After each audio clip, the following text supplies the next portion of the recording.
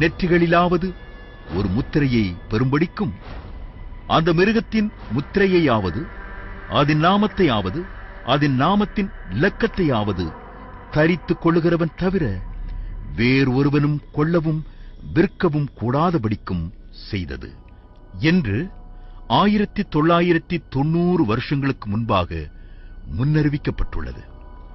பரிசுத்த வேதாகமம் முன்னறிவித்தபடியே பயோசிப் வந்துவிட்டது.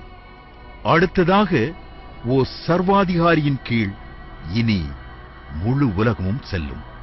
சமீபத்தில் விக்கிலீக்ஸ் இணையதளத்தின் அதிபர் ஜூலியன் அசாஞ்சே இவ்வுலகம் உலக ஆட்சிக்கு தயாராகி வருவதாகவும் சமூக வலைதளங்கள் மூலம் நம்முடைய அனைத்து விபரங்களும் ரகசியமாய் கண்காணிக்கப்பட்டு பாதுகாக்கப்படுவதாகவும் நாம் மிகப்பெரிய ஆபத்தில் உள்ளதாகவும் தனியார் செய்தி நிறுவனத்திற்கு அளித்த பேட்டியில் கூறியுள்ளார். பரிசுத்த வேதாகமம் கூறிய தீர்க்க தரிசனங்கள் மிக துல்லியமாக நிறைவேறும் காலம் இதுவே. மேலும் இந்த பயோசிப் யார் யாருக்கெல்லாம் பதிப்பார்கள் என்று வேதாகமம் விவரித்துள்ளது.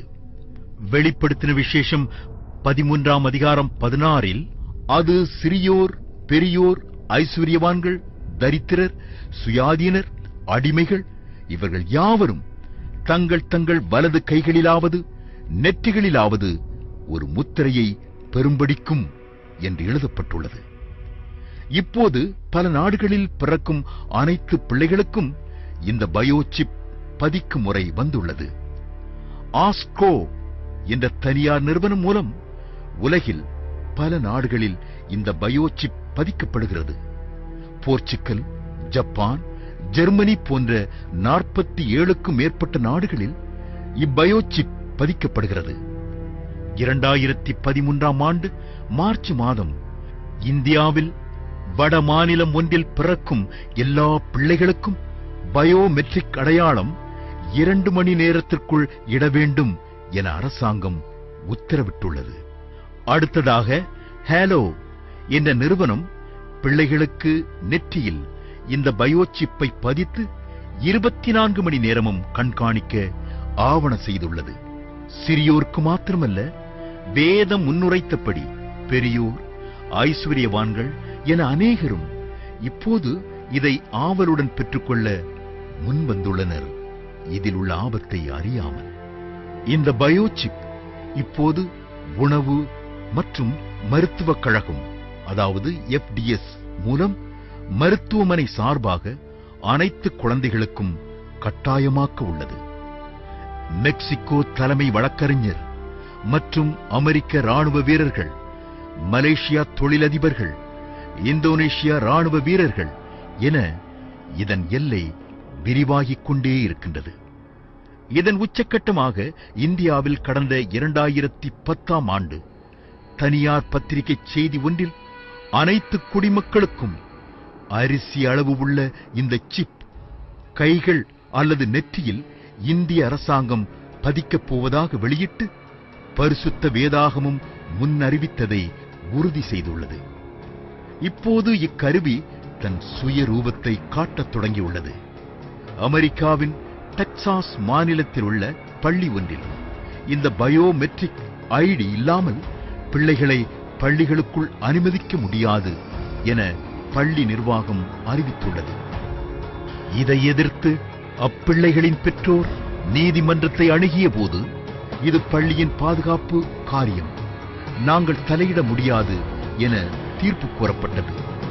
டெக்சாஸ் மாநிலத்தில் உள்ள 112 பள்ளிகளில் இப்பயோமெட்ரிக் முறை வழக்கத்திற்கு வந்துவிட்டது.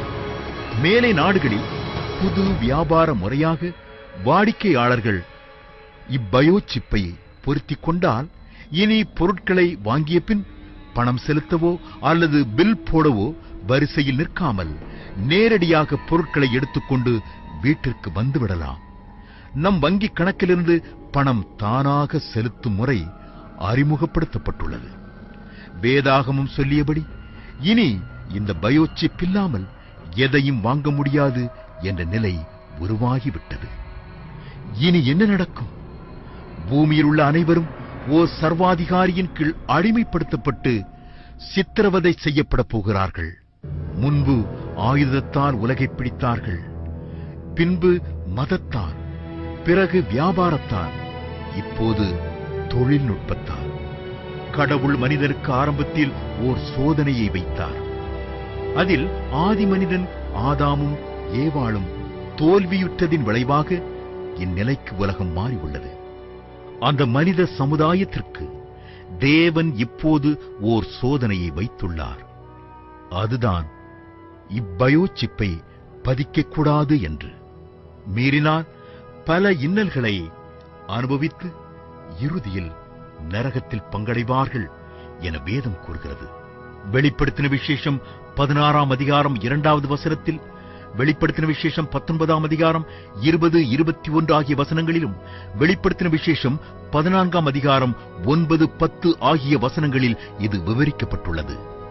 பயோசிப்பை பெற்றுக் கொண்டால்தான் இனி எல்லாம் வாங்க முடியும், வாழ முடியும். ஆனால் தேவ கோபத்திற்கு ஆளாக வேண்டி வரும். இப்போது என்னதான் செய்வது? அதற்கு பரிசுத்த வேதாகமத்தில் ஆண்டவராகிய இயேசு கிறிஸ்து வழியை சொல்லி வைத்திருக்கிறார். அந்த சர்வாதிகாரியின் ஆட்சி ஆரம்பிக்கும் ஒரு நிமிடம் முன்பு தன்னை விசுவாசிக்கும் மக்களை காப்பாற்றி தன்னோடு வைத்துக் கொள்ளப் போவதாக ஆண்டவர் விவரித்துள்ளார். அன்பு சகோதரனே, சகோதரியே, நண்பனே, வரும் ஒரு மாபெரும் அழிவிற்கு, உபத்திரவத்திற்கு உம்மையும் உம் குடும்பத்தையும் காப்பாற்றுவதற்கு ஒரே வழி ஆண்டவராகிய இயேசு கிறிஸ்து மாத்திரமே. இயேசு கிறிஸ்து சொன்ன இத்தனை விஷயங்கள் மிக துல்லியமாய் நடைபெறுகிறது என்றால் அவர் வாக்குரைத்தபடி அவர் வரப்போவதும் உண்மை. வரும் ஆபத்திற்கு தப்பித்துக் கொள்ள, அவரோடு செல்ல நீர் செய்ய வேண்டியதெல்லாம் பின்வரும் ஜெபத்தை முழு இருதயத்தோடு சொல்வதுதான்.